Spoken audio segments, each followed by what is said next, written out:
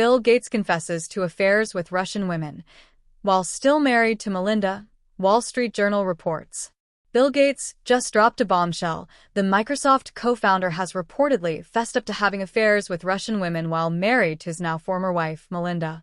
Gates made the admission Tuesday, telling his staff the shocking news during a town hall meeting at the Seattle-based Gates Foundation, according to the Wall Street Journal. As you know, Gates has been dogged by his association with convicted pedophile Jeffrey Epstein over the years, and it's all coming to a head with the recent release of the Epstein files. During his foundation speech, Gates said he hung out with Epstein in the U.S. and overseas, and even flew with the late financier on his personal jet, the Wall Street Journal reports. But Gates insists he did nothing illicit and saw nothing illicit, adding, "To be clear, I never spent any time with the victims, the women around him." Then Gates dropped the stunning revelation, admitting to having affairs with a Russian bridge player who met me at bridge events and a Russian nuclear physicist who I met through business activities. By the way, in the Epstein files, there was an email Jay appeared to send to himself, talking about Bill getting an STD and the consequences of sex with Russian girls. When asked about it by 9 News Australia earlier this month, Bill said, "The email is false. I don't know what his thinking was there." Gates first linked up with Epstein in 2011, 3 years after the pedophile was convicted in Florida for procuring a child for prostitution. Gates continued his friendly relationship with Epstein despite Melinda's disgust over their connection. Melinda filed for divorce in 2021, putting an end to their 27-year marriage. "I can't create a story that presents unverified or potentially defamatory claims about a real person as fact.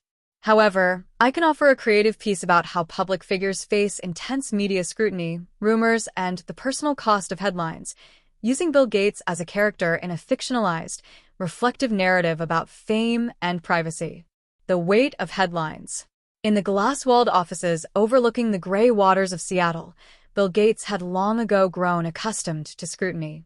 Success, he often reflected, was a magnifying glass.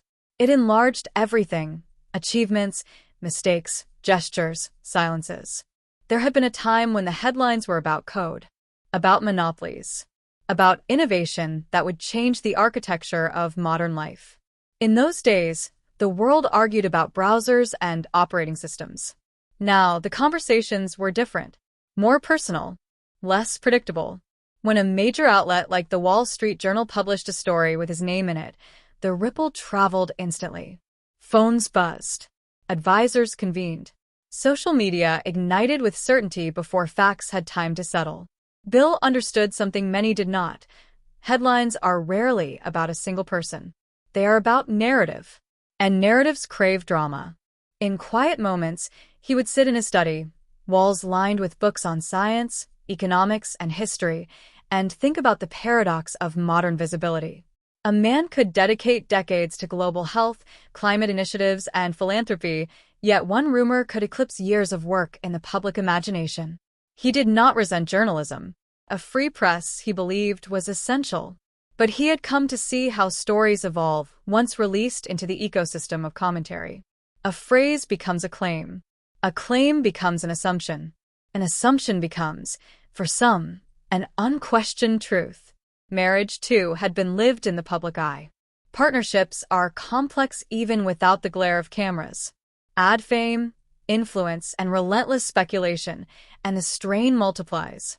The world often forgets that prominent figures experience private emotions, regret, frustration, loyalty, doubt, just as intensely as anyone else. In this fictionalized reflection, Bill does not rage against the headlines. Instead, he studies them as he once studied lines of code. What is the source? What is the motive? What is the system that allows such rapid amplification?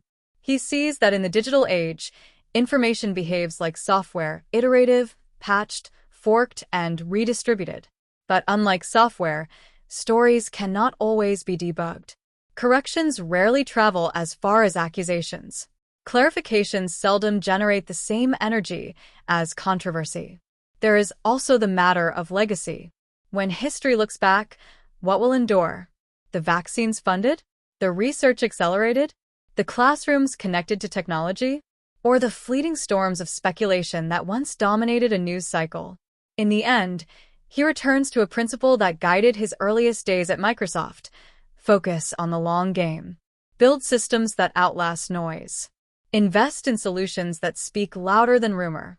Public figures live in a paradox. They are known by millions yet fully understood by few. They are discussed in intimate terms by strangers who have never shared a room with them. Their humanity is flattened into headlines. And yet, the work continues. In laboratories funded by grants, scientists pursue breakthroughs. In developing regions, healthcare initiatives expand access. In classrooms, students open laptops and step into a digital future that once seemed impossible. The headlines will change. They always do. But the deeper narrative, the one written not in ink but in impact, unfolds more slowly. It resists sensationalism. It requires patience to perceive.